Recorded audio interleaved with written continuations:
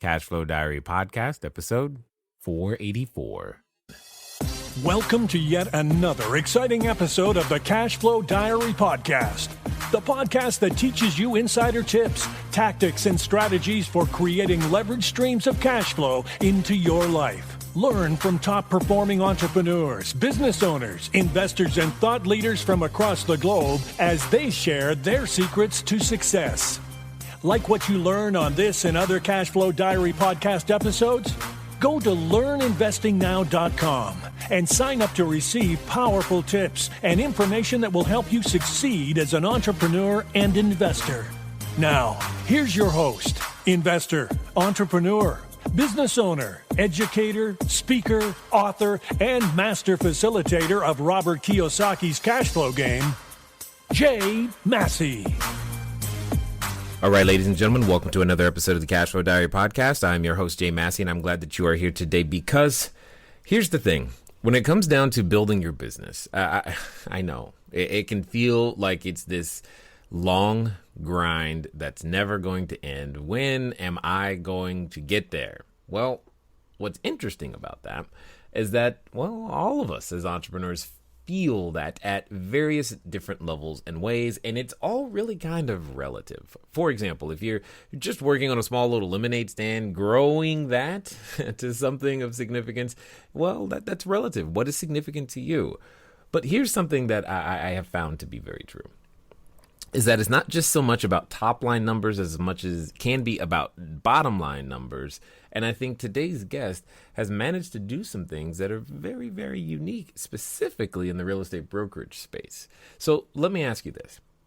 If you went from zero to earning $1 million after expenses in 3 years, would you finally go, oh my goodness, I figured something out?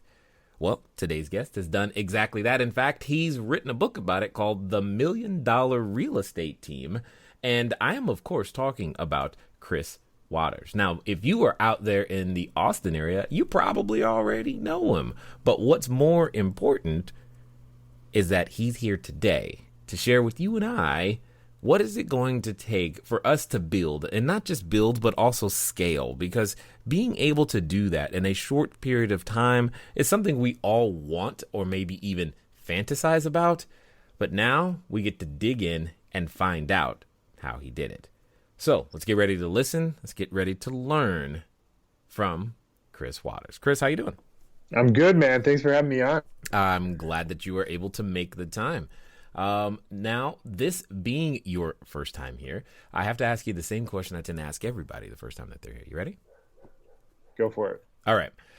I tend to look at today's entrepreneurs a lot like yesterday's superheroes. So, Batman, Robin, Superman, Wonder Woman, etc. Superheroes. Because I think entrepreneurs and superheroes have a ton of things in common. Chief among them is the fact that, for example, as time I can, as an entrepreneur, I can imagine myself, flying around town, using our products and services to save our customers. It can feel like that occasionally, but also like a superhero, an entrepreneur has a beginning. If you think about, say, Spider-Man, there was a time where he was just a kid going to school, doing his thing, taking some photos, and then one day he gets bit by a spider, discovers I have a special ability. And now I have to make a choice to use it for good or for evil. So my question to you is as follows. Before Waters International Realty, before your book, before Texas State University, before everything we know you for today, what we want to know is, who is Chris Waters? Yeah. If I had to think of myself as a superhero, the person that comes to mind is the Hulk. And okay, that's cool. The guy, the Hulk, before he transforms, right? He's kind of this, he's not very flashy, not like super extroverted, but not completely introverted, more of an ambivert. Can communicate, likes to research and learn. Man, that is me to a T. Like growing up, I was just, fascinated with learning how to do new things and kind of the science of business. And try to maintain my humility through success, and just kind of embrace the process of learning something new. And that is probably the best superhero analogy I can give you for how to That's fine. describe myself. You don't have to confine yourself just to the superhero analogies, although it does make sense, and I get it. So was real estate something that was like in your blood from the beginning? No, definitely not. In college, I had a lawn mowing business to pay my way through school. And, obviously there's a very low barrier to entry to do that. Any kid can pick up a mower and do it. So I mean, that's how I, was paying my way through school. When I was younger, probably when I was probably 12, 13, 14, I was, fascinated by the stock market. I took like stock market classes and stuff like that in the summer. And then, in my probably like middle school, high school years, in the evening hours, I was learning how to build websites and learning HTML and JavaScript. And, that's kind of what I was doing in the evening hours. Wasn't a big partier or anything like that, growing up. And yeah, so, that's kind of what I was like in the earlier years. Interesting. But that has literally nothing to do with real estate. So this begs the question, how do we get there? How do we go from lawn mowing, which, by the way, is pretty awesome. I have too many allergies to do that one, but I like it. And it's like, whatever it takes, we're going to get this thing done. But these things between lawn mowing, stock classes, and JavaScript, HTML, they not only are those not related, they're not related to real estate at all. So there's a journey here. So take us on it. Yeah. Yeah. So, when I when my freshman year of college, I moved to upstate New York, and I'm from Austin, Texas. And my dad's brother bought a franchise, and I moved to upstate New York to help him for the summer. And I got to begin to help him kind of just with the elementary building blocks of starting a business, and helping him implement, the systems, methodologies, and processes, that a typical franchise system gives to a franchisee. And so, I learned a tremendous amount. When you think about the various departments of a business, you've got the marketing and lead generation, kind of the back office, accounting, financial type stuff. You've got, the sales side of, developing leads, converting leads, et cetera. And so my freshman year of college, being in upstate New York, helping my uncle, I actually ended up staying there through the whole year.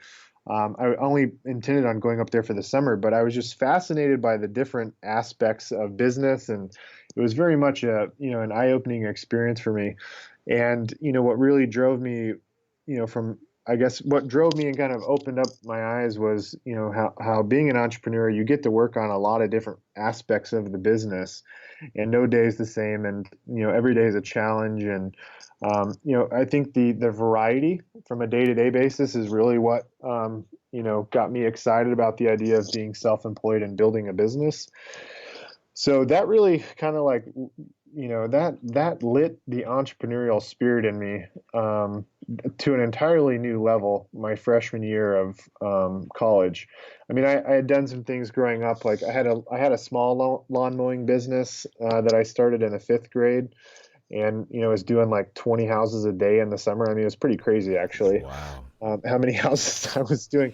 I had another guy helping me, but I've always had like a pretty intense work ethic, and but that year in New York, just helping start a franchise, and getting to learn about all the different aspects of business really took the entrepreneurial fire to an entirely new level. And I had to find a way to pay for college to move back to Austin. And I didn't really enjoy living in upstate New York.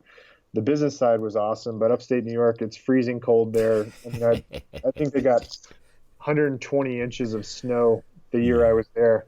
And I'm, in Austin, I mean, if we get, I don't know, half an inch of snow every couple of years, it's an amazing thing. Stormwatch 2018. You're right. Totally.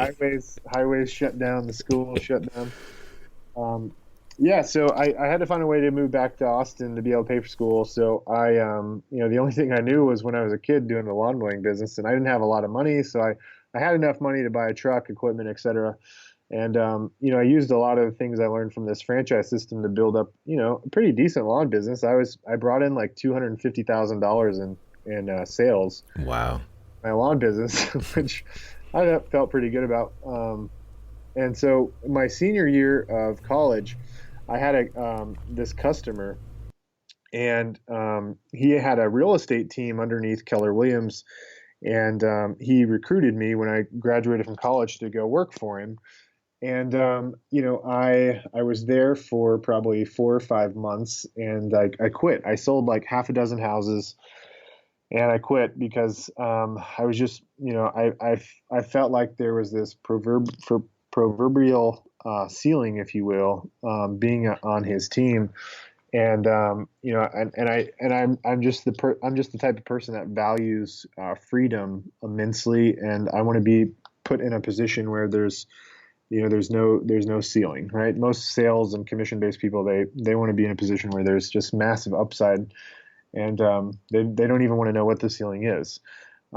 So anyways, I got out of real estate after 4 months, and I was in the oil and gas business, and I maintained my real estate license, but I got into the oil and gas business. It was super hot in 2007, and I was miserable. It was the most miserable job I've ever had, doing oil and gas. I was what's called a landman. My job was to track down the owners of mineral rights and get them to sign an oil and gas lease so they could drill for oil or gas. And anyways, I did that. I made a ton of money doing it.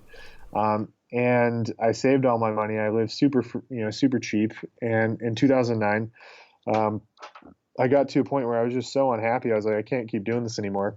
And then one other thing that happened was the Dow Jones, dropped to like 5,000 or something crazy in 2009. And so the price of natural gas plummeted, and the company we got contracted out by, they let go of like 1,000 people overnight. And so what's kind of interesting is like that whole time I was doing oil and gas, I was fascinated by learning about marketing and search engine optimization, copywriting, all these different various things to, focus on lead generation. And so I'd saved a bunch of money in 2009. I took all that money and I opened up a bar and restaurant. Why I didn't go into real estate, into real estate, I don't know. I did some research that said when the market crashes, typically alcohol sales go up. And so I invested in a bar and restaurant. It was a complete disaster. I lost everything. Ended up sleeping on my girlfriend's couch, who's now my wife. So that was probably the most amazing thing that came out of that. But after the bar and restaurant failed, like I just couldn't find myself going to work for somebody again because I was just so miserable in this job out of college. And the thing that, again, low barrier to entry, real estate, being a licensed real estate agent, the barrier to entry is super low. So, I took a lot of the things I had learned in 2008 and 9 around marketing and lead generation, started applying that, and, was just like, I loved it. I loved every minute of getting to manage all these different components of building out a business. And, the market was horrendous in 2010, and that created an incredible opportunity in the real estate industry because as a realtor, you can open up the MLS and you can see all of the homes that are failing to sell every day. And so what I started doing was I started cold calling all of these expired and withdrawn listings almost daily, prospecting to try to, get the seller to hire me to sell their home. And so I started having a tremendous amount of success doing that, and it started generating a ton of leads, people calling on the for sale signs, inquiring online. And so I just started hiring salespeople to help me manage all the leads. And so really that was the beginning of building a really big business in about 3 short years from 2010. We grew to just shy of 100 million in sales in a single year and had a very small sales team that pulled that off, and netted $1 million over those 3 years. And then the following year netted $1 million in a single year. And that's been kind of that's my long-winded answer to your question on the journey and how I got there. No, I like it. I don't know if you've noticed this, but you have this habit of studying things that really are not that are like not even like here's what I'm saying. You were working in oil and gas, but for whatever reason you were studying marketing and lead generation. And I'm like, why would those two, it didn't seem like, why was he doing that? Which I find interesting. And then it's like something catches your attention while you're in the midst of doing something else, but that thing that's got your attention ends up becoming the thing that helps you at the whatever the next thing is. And I just find this very, very, at least that's what I see based upon the story you just shared. And I'm like, wow, that's pretty interesting.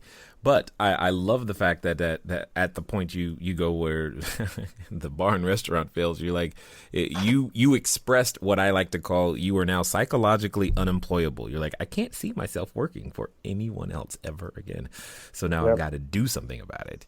And you did, and you fortunately had the skill sets, which I think is a lesson to a lot of people who are listening right now, to always be working on a next skill set, because you don't know when you might need it, which leads me back to asking, have you ever used the HTML or JavaScript at all? I'm just curious. Man, I've had some like random, it's kind of interesting. I can, if you right click on your computer over a website and you hit view source, you can see the JavaScript and HTML. So like I can actually read all that, which is pretty crazy. But I don't know, man, the amount I probably have written a few like taglines or HTML to like tweak a landing page or something back in the day, but I haven't done it in a while, but it came in handy a little bit. Yeah. I'm just curious. So that's good. Now, what's interesting to me is you went from, you said Keller Williams over to oil and gas, then to a bar and restaurant. I've never thought about how crazy it is, like how my choices were so off the wall. Oh man. Yeah. Welcome. This is what I do. Is like I'm trying to put the pieces together, and I'm just like so, normally this is you're a unique case right now, and I'm trying to figure it out.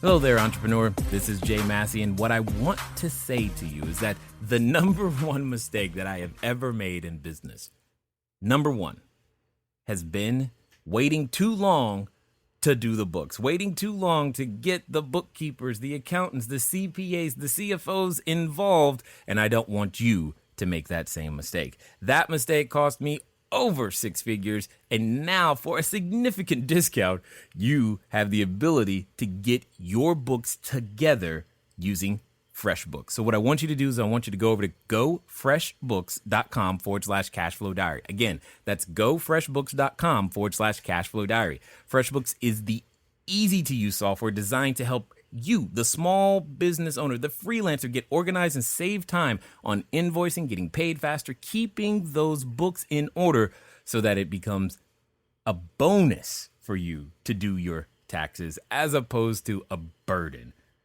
Go over to gofreshbooks.com/cashflow diary and get started today. And now let's get back to the rest of the story. So like, I guess to fill in a few gaps. So between being at Keller Williams and getting into oil and gas, when I was at this team at Keller Williams, I had a client that I sold a house to that said, "Hey, you need to meet this guy. He works for, he owns his own real estate brokerage called Texas Ranch and Home Realty." So I met this guy named Dial, an unbelievable guy, super awesome guy. And Dial said, "Chris, you're 21 years old. Right now, like the oil and gas industry is like going bananas. If you really want to, learn more about the technical back end part of real estate in your career before you blow it up, if you will, the oil and gas industry being a landman is kind of interesting because you get to research title and, basically, I don't know, depending on what state you're in, whenever you sell a house or you buy a house, you go through a title company or an escrow company, and their job is to build like a family tree about kind of the historical records of the property. So as a landman, your job is you have to go through and build this family tree of a property to identify who owns the mineral rights. And so it gave me, he told me, he kind of challenged me. He said, hey, this is going to be an interesting thing for you to learn because it's another facet of real estate brokerage that most agents and brokers don't learn. And he said, and the market's super hot. So 2007, like real estate market was kind of weak. This broker that I went to go work for, he, said, I'll connect you with this company called Chesapeake. It's a huge natural gas company. And you can probably get a job through them and learn an interesting aspect of real estate from the title perspective. And so he's kind of who introduced me to it. And then the whole time I was doing that, I just was super unhappy about the actual job itself of researching title and building these things called abstracts. And so Yep. that's why I spent the evening hours learning about marketing, lead generation, SEO, and all these types of things. And then, when the oil and gas market crashed in 2009, I was like, oh, perfect opportunity to go into something else because I'm miserable. And a guy that I knew that was a loan officer, a mortgage loan officer, he helped people get home loans. He came from a family that had like a bar and restaurant empire. And this was a guy I had met years prior when I was a real estate agent at Keller Williams. And he said, hey, we should open a bar and restaurant together here in Austin on 6th Street. And so I was like, so I did some research and, historically alcohol sales went up. So I was like, okay, maybe that's a good thing to invest in. I wasn't planning on getting it, wrapped up in being, involved in the business beyond from an investor perspective, but I ended up getting wrapped up into it. I actually originally wanted to go back into real estate brokerage and, being an agent in 2009, but got into the bar and restaurant thing. And so anyways, that's kind of, hopefully that filled a few of the gaps. It did, but and it also generates another question because a lot of people will, getting into real estate, they'll go become an agent, get their license, Keller Williams, very reputable, etc.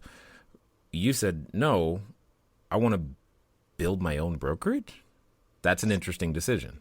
Yeah. So, man, ignorance, I tell you what, man, I mean, all these events you're hearing about, I was 21, 22, 23, 24 years old, right? Like 2006, I was 21, 22, I go into real estate for 4 months. I was still 21. Going to oil and gas, I'm like 22, 23 years old. So like, I'm just, ignorant, pretty much. I mean, in 2010, I was 25, 26, and like I had kept my real estate license active. And so don't ask me how, but for whatever reason, I was able to get my brokerage license, my real estate broker's license. Mm-hmm. And so once you have your broker's license, you can actually sponsor and take on other agents. And what's, more mind blowing about that is I hadn't even sold that many houses, and I hadn't been active as an agent for like 4 years. I just happened to keep my license active.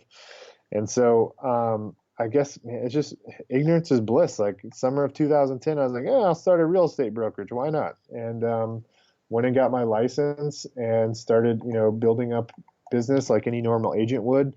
And, and I started generating way too many leads for me to handle by myself. And so kind of out of necessity started growing it, from a recruiting perspective to bring on salespeople to work those leads. So, What I can hear? I hear in the background someone being upset with you right now. They're like, what do you mean you generated too many leads that you can handle? That's not fair. yeah.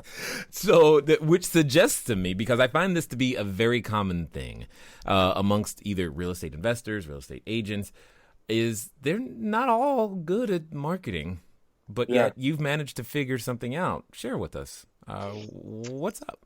Yeah, so I mean that's probably the thing I'm most fascinated with is the marketing and lead generation aspect. I mean, that's what I was doing in the evening hours when I was 22, 23, 24, doing as a landman, was learning how to generate leads and SEO. So, I mean, at the end of the day, it's about utilizing. I mean, in the B2C world, that's very important to differentiate between B2C and B2B. In the B2C world, where you're going after consumers, I don't know. In my mind, just generating leads is easy. Like you run campaigns on Google AdWords, you set up retargeting ads, you create content like through a blog and, try to capture certain long-tailed keywords to drive traffic to your website and have them, fill out a form so you can capture them and call them. I mean, that's the most, simplistic way to generate leads. I realized in 2007 and 8, like scaling the SEO is very long. It's a very long process, and it takes a really long time to generate massive numbers of leads through SEO. And so the better strategy is using Google AdWords, and obviously now you can use Facebook to generate leads.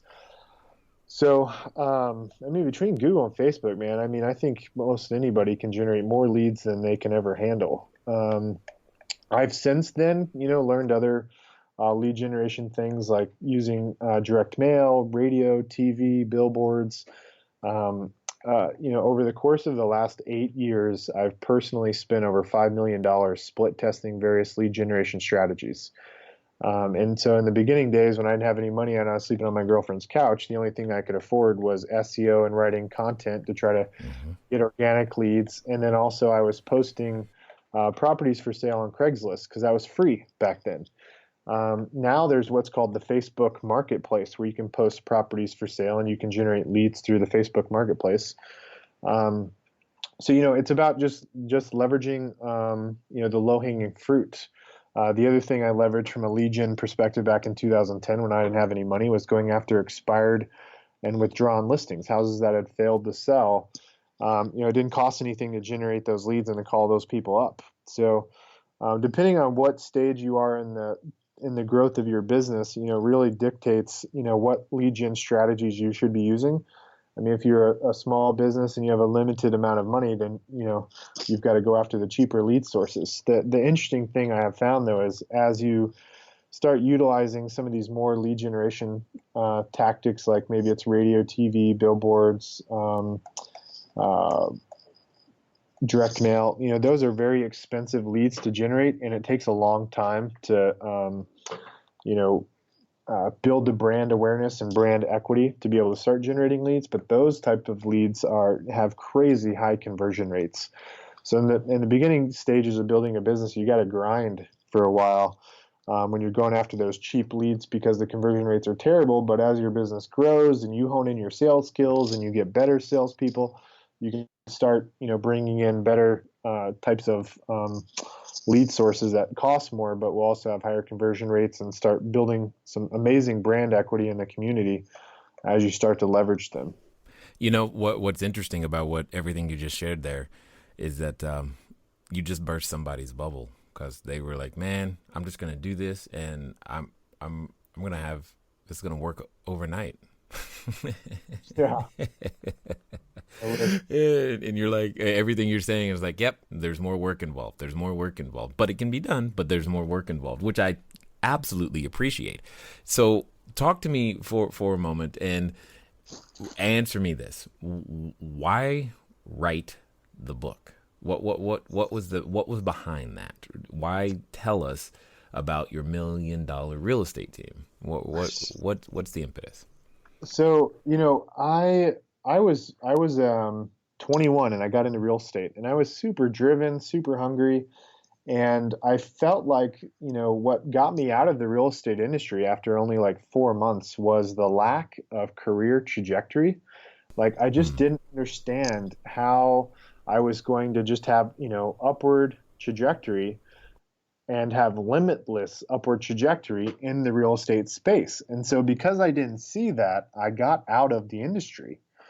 And then what I realized after getting out was, actually there is a career path to, unlimited income trajectory in the real estate space. And it was really important. So like when I started building the business, what really drove me when I started recruiting salespeople was I wanted to show people a way to where you have this very clear career trajectory path. When you think about like corporate America, people, talk about the corporate ladder or whatever. And yes, the idea of like climbing the corporate ladder in your mind sounds daunting and sucks. But on the opposite end, it also creates some clear, career trajectory. And when you're building a small to medium business from the ground up, like as a business owner, you don't have a lot of trajectory for yourself as a business owner or for the people you're bringing on to hire. You know, I think the only reason you lose talented people is because they don't see any more upward trajectory. Tony Robbins says happiness is derived from progress. And so when you find amazing people, you've got to have a really clear upward trajectory for them. And so I wrote the book because there wasn't anything like this that existed for people that, wanted to understand how do you go from like being a single agent realtor to scaling and building a really big business. And so the book's just really full of, not only the ups, but also a lot of downs, a lot of things we did that failed and didn't work, from a lead generation perspective, from, building up salespeople and training salespeople to, just managing like back office stuff like accounting, client management. We've got a whole section on technology. And I think what I found is, and this applies to pretty much anybody in the SMB space, small and medium business space, is there's three very distinct phases of growth you go through when you're bootstrapping a small to medium-sized business. There's three very distinct phases of growth you go through, and every single business has what I call these 7 key pillars that they have to focus on if they're in the service business. And when you go through these three various stages of growth, there's different levers you have to push for each of those key pillars within your business. And those pillars are another way for saying like department, for example. Like one of the key departments in any business is your marketing and lead generation. Another key pillar is technology. Another one's the sales team. Another one's like coaching and training the people you hire.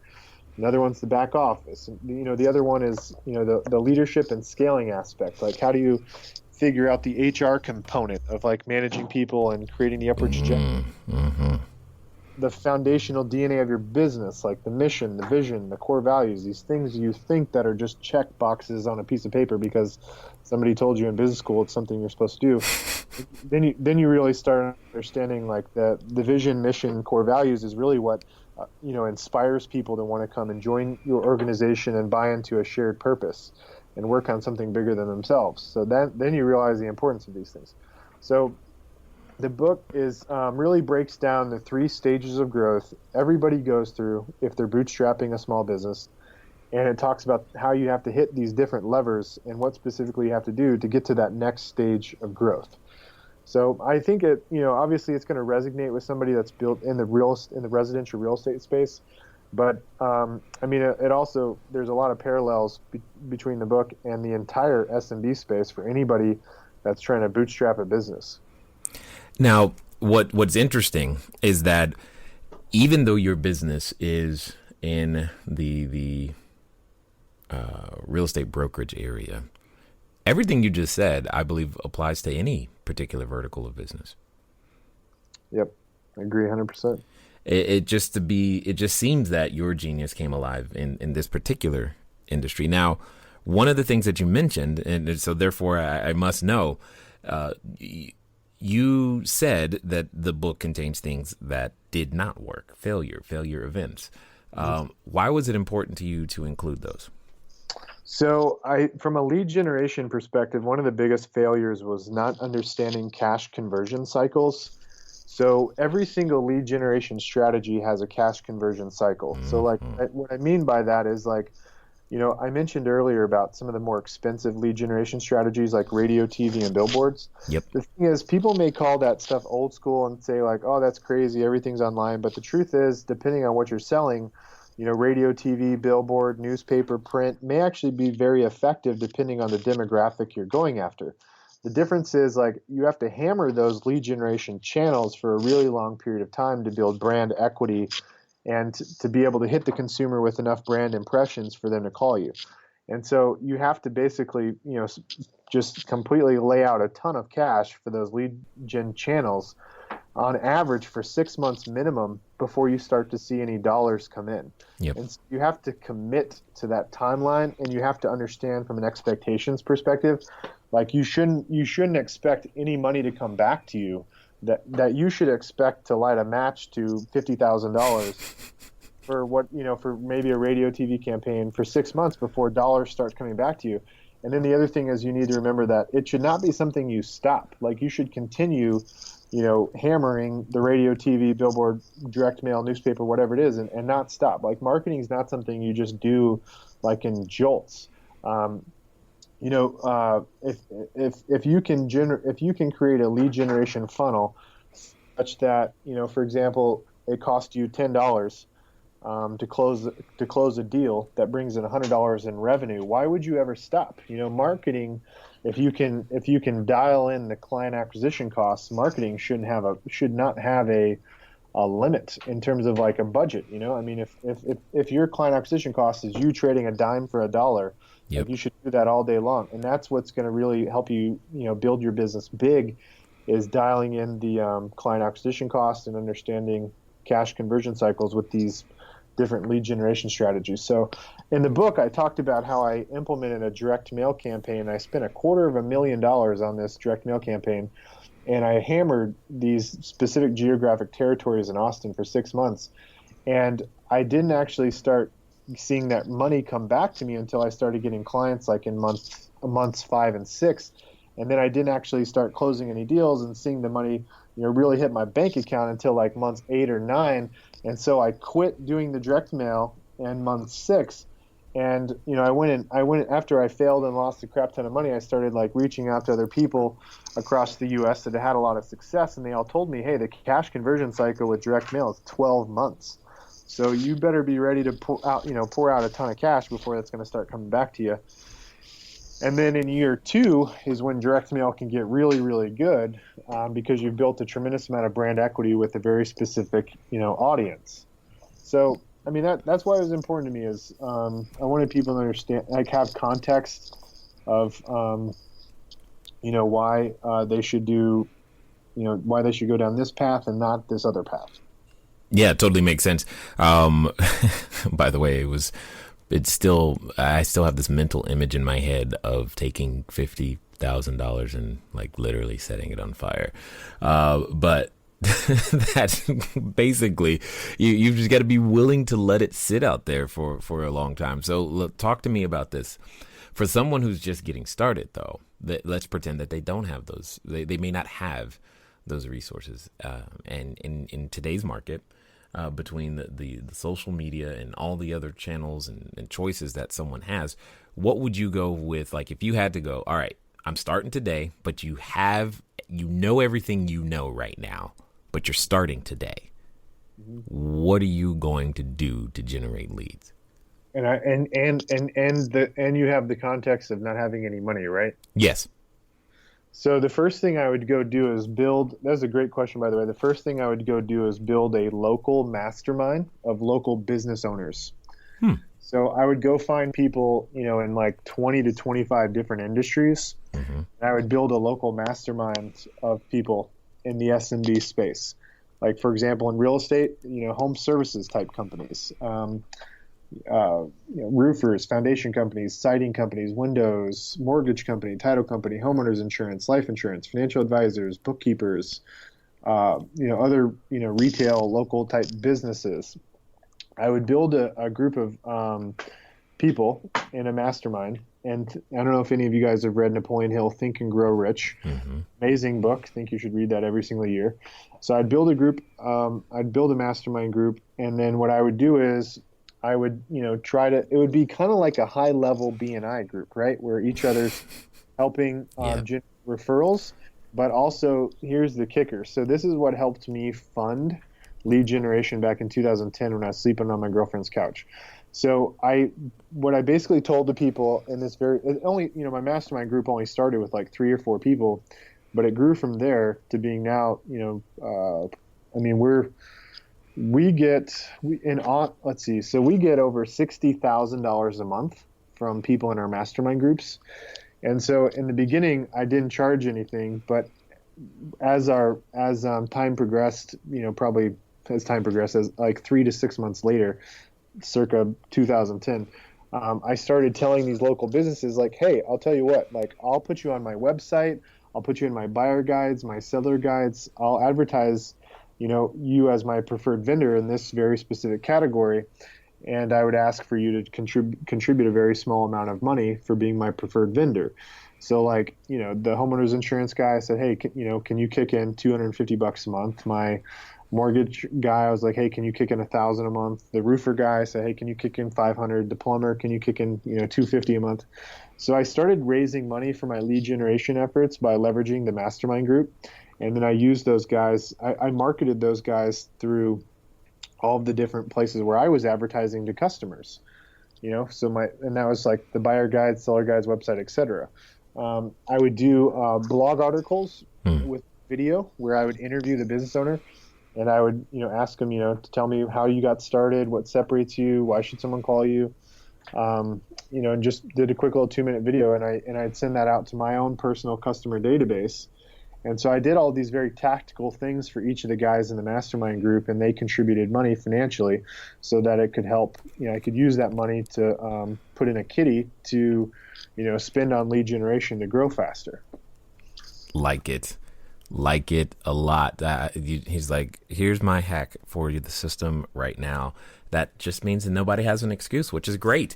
Now, for those that have listened this far and want to pick up more of these ideas and hear more about the story or find out more about what you got going on, what's going to be the best way for them to catch up with you? So if you guys pick up a copy of my book, you can actually, if you order it online through wirbook.com, I can get you a signed copy. It's also available on Amazon, and it's called The $1 Million Real Estate Team. And I've got my information in the book, believe it or not. We've sold a couple thousand copies. We have a private Facebook group of people in the real estate space. It's kind of like a high-level mastermind. So if you order the book through wirbook.com, you'll get not only a signed copy, but you also get an invitation to our private Facebook group. And then my personal contact details are in the last page of the book, both my phone number and email. So I'm also on Facebook, Instagram, all that good stuff. People can reach out to me on there too. Excellent. Now, as we wind down here, I've got a final question for you because I'm curious to hear what your answer is going to be, given the myriad of different things that you have done.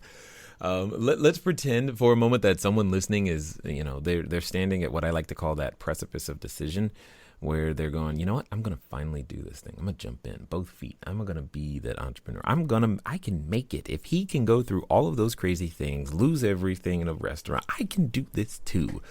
And like I know, Chris, that what happens is when we get to those moments of decision, we're often met with a companion, and that companion comes in the form of a voice, and that voice often reminds us of, what didn't work last time, how it's not going to work, and who are you to think you're going to do what? You're going to sell how much? No one's going to work with you. And for some people, they're even related to that voice. So my question to you is as follows. Let's pretend that this time it's going to be different, and they're going to follow through. In fact, they're going to follow through in the next 24 to 48 hours. So what would you suggest that they do? So I read a book back in 2010, and I was struggling like massively. I was learning something. I was learning a new skill set, and I was struggling immensely. And I was at the beginning of climbing what most of us would call Mount Everest of trying to build a successful business. And so I read a book Tony Robbins wrote called Awaken the Giant Within. Yes. Sorry, you're the first person. That is one of, sorry. Go ahead. Yes. Man, it was an unbelievable book at that time in starting something new, because in the book he references like how you have to kind of just embrace the journey of the suck in the beginning when you're not good at something. And you have to kind of zoom out for a moment and realize that this is just one tiny moment in time of your next 20 to 30 years of, mastering this new business. And so if you can, keep a sense of perspective as you're going through the journey of starting something new, it keeps you from beating yourself up when things are really hard. So I would highly encourage you to pick up a copy of that book, because it'll help you as you begin this new journey. Well, I think I showed all my cards already, so you know I'm familiar with the book. It definitely was one of my first books for very similar reasons, which I think is amazing. I'm like, yes, I mean, I have asked that question in book recommendations many times of hundreds and probably thousands of people now. And that was the first time someone said a book that I'm like, yeah, that's the same book. I feel the same way about that very book. And it was in that order for me, too. So that's amazing. Totally appreciate that. I also appreciate the hustle. I appreciate the fact that you're like, you know what? No matter what I'm doing, I'm going to be always constant and never ending improvement in some way, shape, or form. And that's what you've been about. And it shows, in the things that you guys have been able to accomplish. And I definitely appreciate you taking the time to share your knowledge, your wisdom, as well as your insight here with us today at the Cashflow Diary. Hey, thank you so much for having me on. This has been great. You've asked some unbelievable questions and definitely made me think twice about how the heck I found this path from 2006 to now. And it's been kind of a self-awareness exercise, to say the least. All right, ladies and gentlemen, you know what time it is. It's time for you to move at the speed of instruction. What does that mean? WIRbook.com. Why? Because you know you need more leads. How would you like to have more leads than you have time? That's what he said. Oh my goodness. When is the right time for your business to experience that phenomenon? I say it's right now. So move at the speed of instruction, make it happen, follow through, do it, because on the other end of that struggle, on the other end of that challenge is the greatest version of yourself. Ladies and gentlemen, it's been fun talking to you today. I look forward to talking to you soon. Until next time.